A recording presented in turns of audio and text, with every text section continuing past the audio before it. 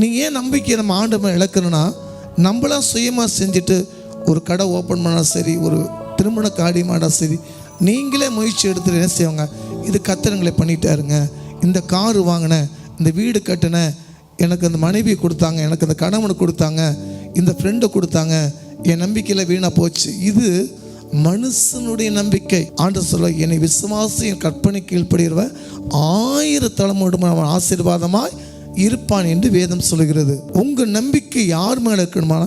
கர்த்தர் மேலே இருக்கணும். யோபு உத்தமனாக இருந்த மனுஷன் தேவனே உத்தமன் என்று அவர் சர்டிஃபிகேட் கொடுத்தாலும் தன்னுடைய 10 குழந்தைகள் இழந்து எல்லாத்தையும் இழந்து அவர் சொல்கிறாரு, நான் என்னை கொண்டு போட்டாலும் யார் மேல் நம்பிக்கையாக இருப்பேன்? கர்த்தர் மேல் நம்பிக்கையாக இருப்பேன். நாட்கள் கடந்து போனன. அவர் மிகுந்த விளைவினத்தை மத்தியில் அவர் இருந்தார் யோபு.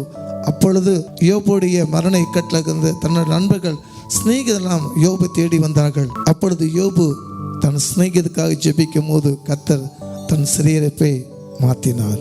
உன் நம்பிக்கை கர்த்தர் மேலே வைங்க. பிரசங்கி 1:2 சொல்லு, சூரியன் கீழே எல்லாமே உலகம், மாயமான உலகம். எந்த பிரச்சனை வந்தாலும் யார் மேலே நம்பிக்கை? கர்த்தர் மேலே நம்பிக்கை இருக்க மனுஷன் பாக்கியவான்.